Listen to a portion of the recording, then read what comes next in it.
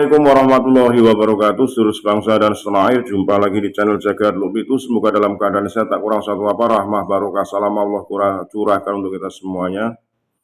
Yai Haji Imaduddin kembali hadir di tengah-tengah masyarakat Jawa Timur, yaitu di Tuban, dalam rangka melaksanakan deklarasi juga pelantikan PWI Laskar Sabilillah cabang Tuban. Setelah itu diadakan dialog diskusi bagaimana perjuangan PWI Laskar Sabilillah untuk mengedepankan akhlakul karimah, tidak arogan, jaga persatuan dan kesatuan selalu dalam satu komando untuk membangun ukhuwah Islamiyah, ukhuwah basyariyah, ukhuwah watoniyah. Disampaikan panjang lebar oleh Kiai Imaduddin terkait dengan bagaimana beliau mengkaji nasab Bani Ba'alawi yang mengaku-ngaku sebagai dzurriyyah Rasulullah Shallallahu Alaihi Wasallam. Kiai Imaduddin memberikan gambaran pokok. Apa iya sih dzurriyyah Rasul kok seperti ini, akhlaknya tidak nyambung, jauh panggang dari pada api, sehingga memberanikan diri. Beliau mengaji kitab-kitab nasab. Mak betunduk ditemukan bahwa Sayyid Ubaidillah bukan putra Sayyid Ahmad, dicantolkan oleh Habib Abu Bakar As-Sakron di abad ke-9. Nah, ini yang disampaikan oleh Kiai Imaduddin untuk menjadi gambaran pokok pencerahan, karena mempunyai kewajiban seorang yang mengetahui tidak disampaikan oleh khalayak. Lebih jelasnya mari kita simak diskusi penuturan Kiai Imaduddin di Tuban saat melantik pengurus cabang perjuangan Wali Songo Laskar Sabilillah lewat video berikut ini. Sekali lagi mohon maaf yang dari agama Nusantara kita. Assalamualaikum warahmatullahi wabarakatuh. Dan daripada kemungkaran adalah yang ada di depan mata kita hari ini, orang yang bernisbat kepada leluhurnya yang bukan leluhurnya, fadlan an intisabihim ila Rasulillah Muhammadin sallallahu alaihi wasallam bisuri wal kadhib. Apalagi orang-orang yang hari ini kita lihat berintisab kepada Rasulullah dengan dusta dan penipuan, dengan penipuan dan dusta, dan kedustaannya ini terverifikasi di dalam kitab-kitab sejarah, kedustaannya ini terverifikasi di dalam kitab-kitab nas. Namun mereka tidak mau. Mereka tidak mau menerima kenyataan bahwa mereka bukan cucu Nabi. Masa iya kita lahir sebagai cucu Nabi kok mau mati jadi mantan cucu Nabi? Di sini ada rasa gimana gitu. Masa iya kita sejak kecil jadi cucu Nabi kok mau mati Gus Jami kita jadi mantan cucu Nabi? Ada seorang hadis dalam status Facebooknya yang di-screenshot oleh teman dikirimkan kepada saya. Orang ini sekarang baru meninggal sebulan yang lalu. Dia ahli nasab daripada Rabita Alawiyah. Dia mengatakan bagaimanapun caranya kita akan melawan dan pertahankan nasab kita. Setelah nulis begitu dia mati. Maunya pakai Speaks Me. Oh iya, Speaks Me. Tabur-tabur nasab kita. Setelah nulis begitu dia mati. Siapa? Saya nggak ngomong nama ya. Langsung mati. Jangan macam-macam dengan Wali Songo. dan yang macam-macam. Kenapa? Karena apabila sesuatu kasful asar telah terjadi, maka tidak ada satu kekuatan pun yang mampu untuk mencegahnya.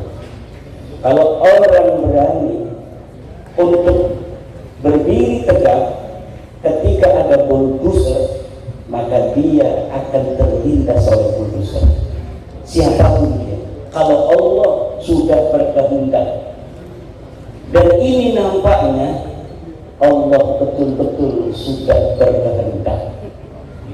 Apapun fitnahnya, apapun framingnya, setinggi apa dia pangkatnya hari ini, yang mau membela nasab yang telah menyakiti Rasulullah Muhammad sallallahu alaihi wasallam itu beratus-ratus tahun, dia akan ikut terbantai oleh kedahsyatan kehendak Allah Subhanahu wa taala.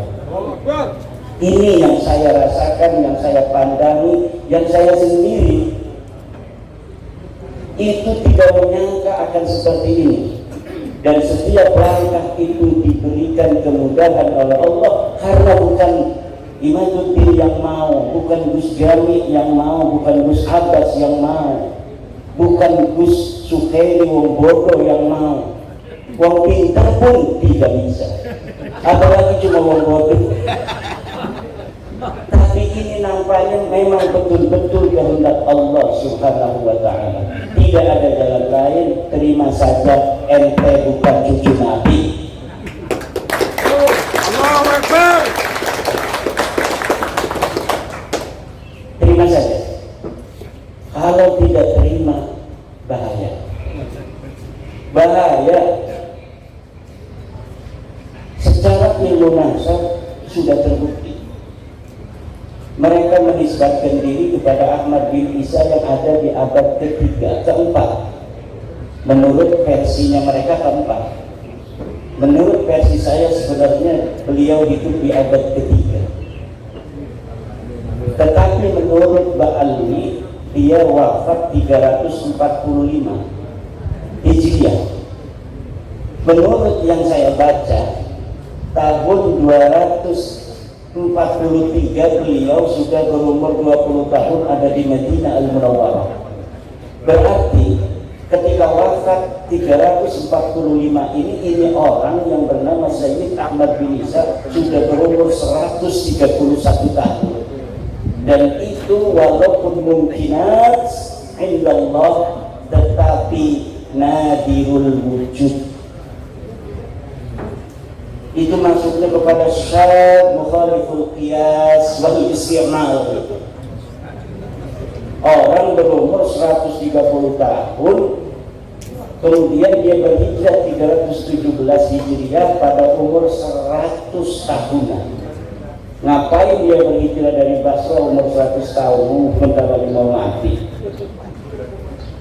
Orang-orang yang suka merantau juga kalau udah terasa tua umur 60 tahun banyak yang pulang ke Kalawang Banten. Orang Banten itu orang yang rantaunya rantau palsu. Dia ke Jakarta sampai tua, kalau mau mati kerasa pulang dia. Nggak kuat, nggak kayak orang Padang, nggak kayak orang Wonogiri. Orang Wonogiri ada di kampung saya itu, sampai meninggal beliau di situ. Kuat, tapi orang Banten itu memang begitu. Dia ke Palembang, banyaknya ke Palembang di Jakarta. Tapi kalau udah umur 60-70 tahun dia pulang, nyari-nyari makam yang masih kosong. Kayaknya di makamin di kampung. Nah ini ada orang umur 100 tahun, katanya hijrah pada 317 Hijriah. Namanya Ahmad bin Isa. Pak, itu bukan Ahmad bin Isa yang punya ayah Muhammad An-Naqib, Pak. Itu bukan kakek kamu mah ini namanya Ubaid bin Isa bin Alwi bin Muhammad bin Ilham bin Aun. Itu kakek kamu. Bukan Ahmad bin Isa yang cucunya Nabi Muhammad sallallahu alaihi wasallam. Ini kitabnya ada Tuhfatuz Zaman. Ini ada kitabnya Al-Ansab Al-Nahdaliyah. Karena mereka dengan Bani Ahdal itu sepupu, kakeknya satu. Masa kita sepupu satu kakek dari garis ayah, dari kakeknya ini ke barat, ini ke timur? Nggak mungkin. Lalu kalau masih mengelak dari sisi ilmu nasab, dari ilmu sejarah, tes DNA sekarang memverifikasi bahwa memang mereka bukan keturunan Arab, mereka orang Ajam. Baklawi ini orang Ajam, wajahnya mirip kayak orang Arab setitik doang, mirip kedelong ini bener-bener baca selawat malah Arab kedelong deket kayak orang Arab. Bukan, mereka bukan orang Arab dan mereka bukan keturunan dari baginda kita Nabi besar Muhammad sallallahu alaihi wasallam. Dalam darahku mengalir darah Rasulullah, nanti ke timur diperiksa. Batur-baturnya dulu-dulunya bisa diperiksa 180 wong. Yaman wis diperiksa. Kabeh kapal grupe G, mayoritas G, ana sing L si Jiro itu berarti wong sing dibak lawi kaken. Tujuh bak lawi karena wong gedean wong ini itu dibak lawi kena. Padahal tujuh bak lawi kayak wali Songo dibak lawi no. Jadi dari dulunya memang ada upaya-upaya perebutan tokoh-tokoh yang dia bukan keluarga Bahlawi, kemudian dibalawikan. Buktinya mana? Hasil tes DNA 180 itu 99% G, tapi ada beberapa orang yang beda. Tidak mungkin orang yang satu kakek katanya dari sama-sama kakeknya Uber, garis lurus laki-laki, tiba-tiba anak cucunya bedo-bedo. Orang bakal. Saya tanya kepada Dr. Sugeng Sudiarto dari Badan Riset dan Inovasi Nasional, mustahil sesuatu yang tidak mungkin terjadi. Seperti Allah itu ada dua, itu hukumnya mustahil.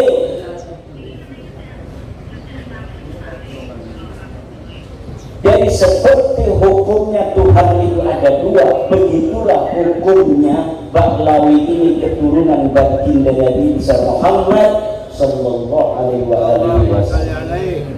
Jadi siapa wae wong sing masih ngebela, iki kita wedi bukan manjingen nih wong sing manju di Rasulullah sallallahu alaihi wasallam.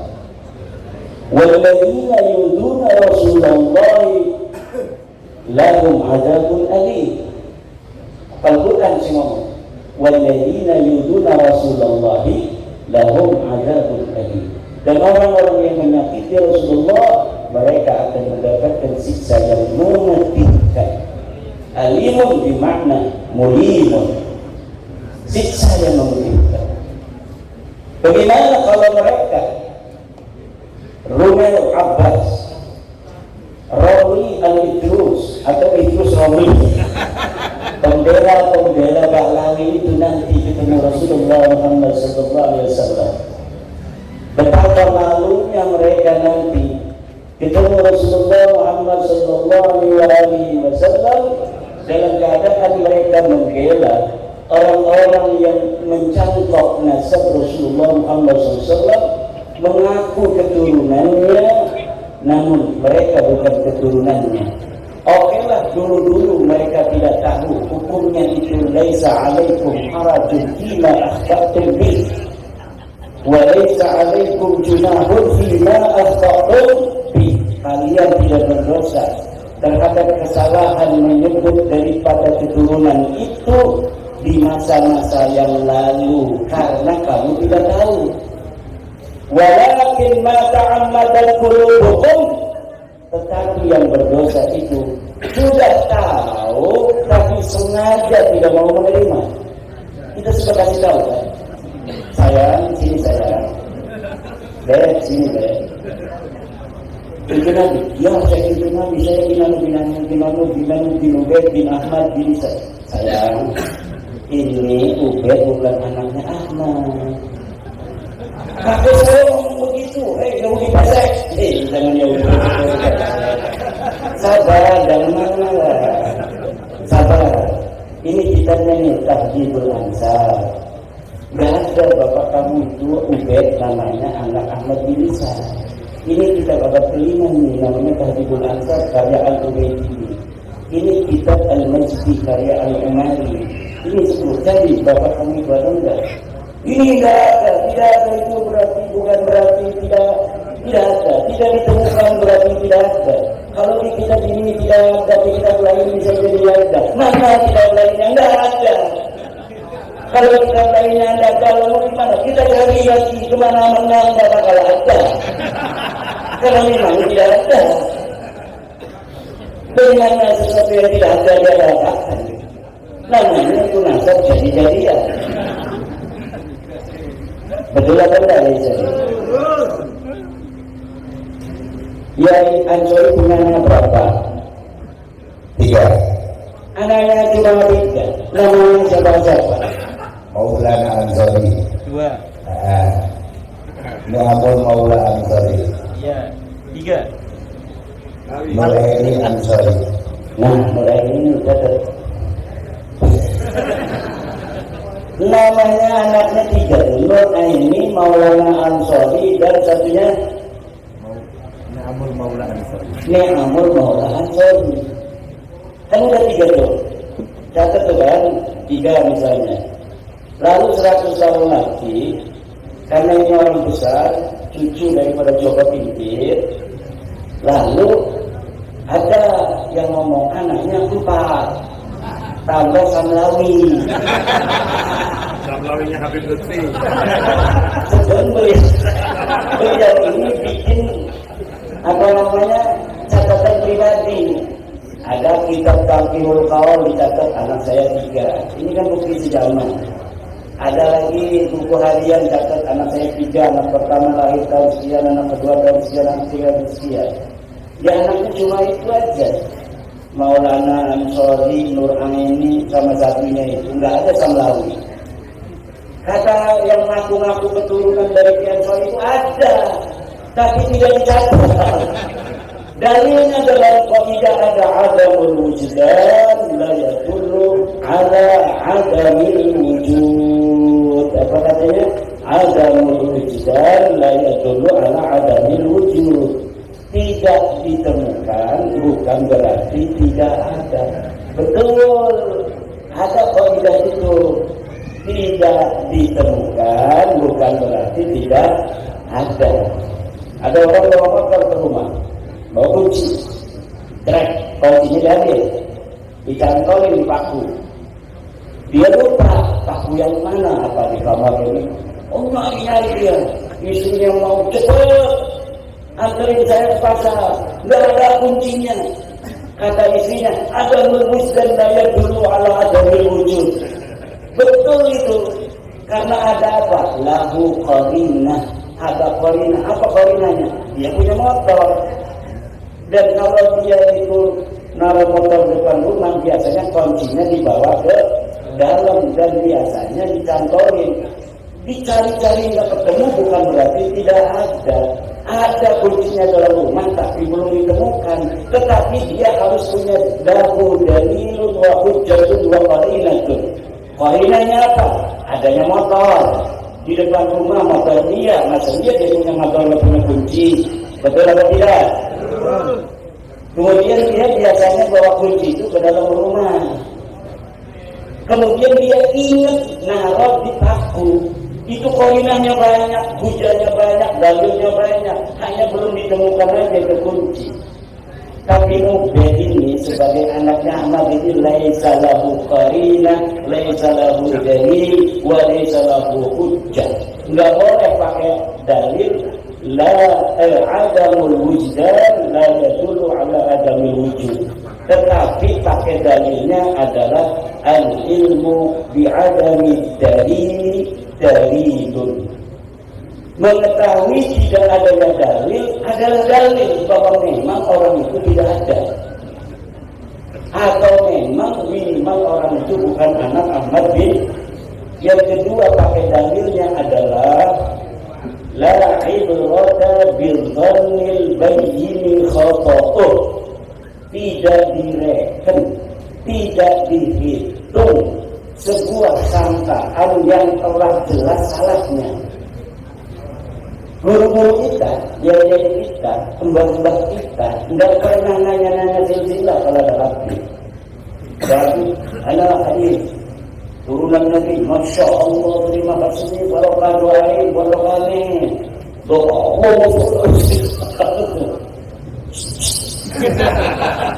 yakin yang punya duit juga, alhamdulillah. Kenapa? Husnudzon, namanya husnudzon, namanya dzon, namanya kita terima saja, mudah-mudahan ada barokah. Kata ketum juga barokah kalau kita husnudzon. Betul orang husnudzon itu barokah. Tetapi apabila sebuah dzon itu qad tabayyana khata'uhu fala sabila lahu bid-dalil, maka tidak boleh lagi dijadikan dalil. Kalau sudah ada dalilnya nggak bisa. Yang sakit misalnya orang Bekasi, tiba-tiba ada tetangganya yang meninggal ibunya, bayinya lahir di rumah sakit, dibawa ke Tuban untuk menjaga kehormatan kemuliaan anak ini. Kasihan gak punya ibu, gak punya ayah. Dikatakan anak siapa ini yang sakit? Anak saya. Husnudul semua bisa jadi anaknya yang sakit, benar. Maka ditanya sama orang-orang biasa, itu anak siapa? Anaknya yang sakit dari Bekasi, namanya Don. Tapi setelah 20 tahun mau dinikahkan, yang sakit ini juga ngegeruyang aja dalam pikirannya, ini saya mau nikahkan atas nama saya atau bagaimana? Kalau atas nama saya enggak sah karena saya bukan walinya. Kalau misal saya sebutkan, maka nanti dia takut sedih. Tiba-tiba lah bismillah aja, mudah-mudahan Allah mengampuni saya. Mau dinikahkan aja dia sakit. Tiba-tiba datang Yai Ansori, namanya Yai Ansori, rambut gondrong. Nah itu jangan dinikahkan. Ini saya telah dapat informasi dari Bekasi bahwa ini bukan anaknya Kak Haji, ini anaknya tetangga Kak Haji, ibunya meninggal, Kak Haji kasihan, kemudian Kak Haji asuh dia sebagai anak sendiri. Nggak bisa nikah. Mana katanya dalilnya? Ini tuh rumah sakitnya. Ini bukti dari rumah sakit bahwa ini bayi anaknya Semlawi. Semlawi lagi. Ibunya Samsiah, bukan anak Haji. Dulu kalau orang sampai ditanya di pengadilan pun, di pengadilan Tuban, ini si anak ditanya, hei, apa namanya, Gus Jani, anak siapa itu? Kamu bersaksi di depan pengadilan setelah disumpah. Saya tanya ke hakim, anak siapa itu? Anak yang sakit. Sah apa tidak? Sah. Karena zuhrah wal istifadah sudah tersamuk bainan nas fi palang wa fi sokok bahwa anak ini anaknya yang sakit. Tapi ketika surat dari rumah sakit ini sudah ada, jelas ini bukan anaknya yang sakit, zuhrah istifadah itu gugur semua. Jadi surat dan istifadah itu kata Ibnu Hajar Al-Asqalani di dalam kitabnya Al-Jawabul Jadid, inna nasaba mimma yasbutu bisyuhrati wal istifadah illa an yasbuta ma yukhalifu. Nasab itu sebagian dari sesuatu yang bisa ditetapkan dengan syuhrah dan istifadah. Surah istifadah itu kesaksian tanpa melihat, cukup mendengar dari orang-orang saja. Orang mengatakan itu anaknya yang sakit, kita percaya saja itu anaknya yang sakit. Kalau ditanya oleh hakim anak siapa, kita tidak dianggap berdosa, tidak dianggap berbohong kalau mengatakan mengatakan anak itu anak yang sakit karena sudah syuhrat dan istighfar. Dulu sebelum ada penelitian nasab Ba'lawi, orang yang mengatakan Ba'lawi turunan Nabi itu tidak berdosa. Kenapa? Sudah syuhrat dan istighfar. Tapi ketika surat lahirnya ada bahwa Ubaid ini leluhur mereka bukan turunan Ahmad, yang tidak boleh. Kan kita ini sekarang baru ditemukan. Kita ini banyak itu sekarang baru ada di Indonesia. Dulu Mbah Hasyim Asy'ari itu nggak mau baca-baca nasab-nasab ngatosin hati. Saya aja dikerasa hatinya atas 2 tahun di nasab. Biasanya bacanya hikam. Baca Quran baru setengah ayat sudah menangis, sekarang 10 ayat baru terasa. Kenapa? Atas baru kita nasab dia. Nasab jarak duduk, tapi kewajiban. La yajuzu lil 'alimi kitmanu 'ilmihi fi hadzal bab.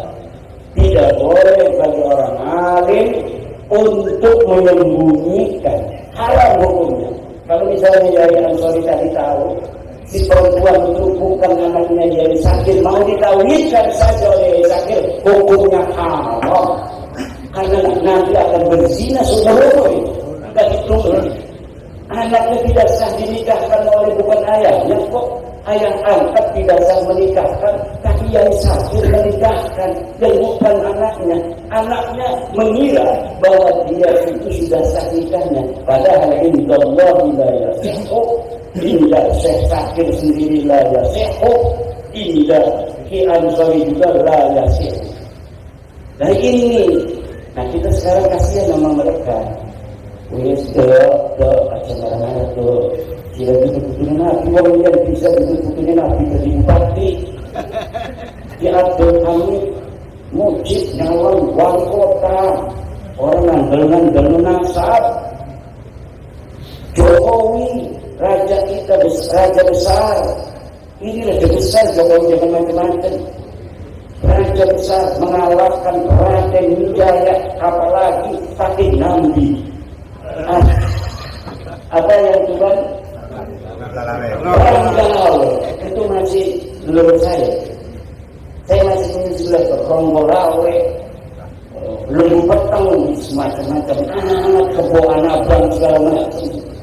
Itu ada orang-orang dulu itu rajin menjaga silsilah. Ada juga yang tidak sama sekali mau.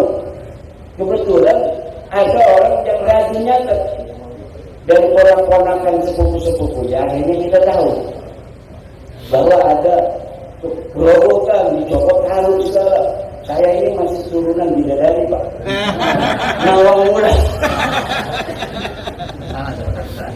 Copot halus kan? Ada di gerobokan.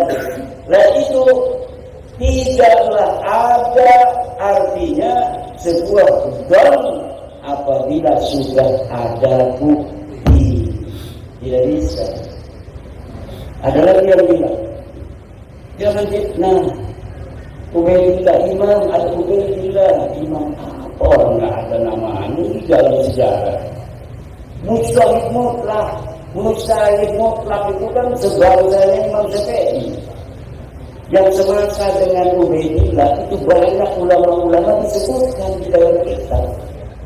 Kitab-kitab di Yaman itu banyak yang dikarang dari abad ke-4, ke-5, ke-6, ke-7, ke-8, ke-9. Katanya di Hadramaut maut tidak ada kitab yang dikarang karena lagi perang. Nggak sempat yang namanya itu nulis-nulis nasab ada, Bayai. Ada. Ini kitabnya nih. Ini kitab Yaman, namanya kitab Tabaqat Fuqaha Yaman. Ada kelima karena Ibnu Samrah. Ini kitab Asy-Syajarah Al-Mubarakah menerangkan tentang Ahmad bin Isa. Anaknya 3, Muhammad, Ali, Husain. Tidak ada namanya Ubaid. Wa yu'abdilu fil jumlatil ismiyati. Hada 'inda an-nasabil yadullu 'ala al-hasri. Iftah kitab Syekh Mahdi Al-Jadi Al-Muqtibun. Qala fi al-Muqtibun ila 'abbara an-nasabuna bil jumlatil ismiyati hada yadullu 'ala al-hasri. kalau seorang ahli nasab di dalam kitabnya menggunakan jumlatun ismiyah, fa'aqlibuhu min salasati banin, itu jumlatun ismiyah itu ada hadza yadullu ala al-asli di mana anna auladahu munhasiratun fi salasati banin la ghayr, tidak ada yang lain. Dan bisa dalam nahu jumlah ismiyah itu tidak bermakna hasr ya, itu dalam nahu, tetapi likulli fannin mustalahatun, likulli fannin mustalahatun, setiap fan ada mustalahnya, setiap fan ada istilahnya. Bukannya tidak konsisten ini di dalam kitab As-Syajarah Mubarakah. Di dalam kitab sebelumnya anaknya 4, tapi dalam Syajarah Mubarakah ini menggunakan 3. Kitab abad berapa itu yang anaknya 4? Itu menggunakan jumlah ismiyah anaknya 4, ada di kitab abad ke-5. Tapi kenapa di kitab abad ke-6 anaknya 3? Saya bisa jawab itu.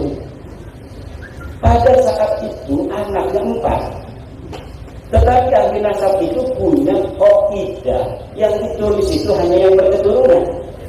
Di abad ke-6 itu yang tersisa dari keturunan orang-orang itu ada 3. Yang tidak berketurunan itu tidak ditulis. Kenapa? Karena adanya kitab nasab ini untuk menjalin silaturahmi orang yang masih hidup. Orang yang sudah inqirad tidak punya keturunan, yang buat apa ditulis-tulis lagi? Maka kitab nasab kadang-kadang yang lebih tua itu anaknya lebih sedikit. Kalau kitab yang lebih kesana lagi, lebih muda berarti yang lebih muda itu anaknya lebih sedikit, yang lebih tua lebih banyak. Kenapa? Di abad yang lebih muda, yang abad 9, abad 10, itu bisa jadi keturunannya sudah inqirad.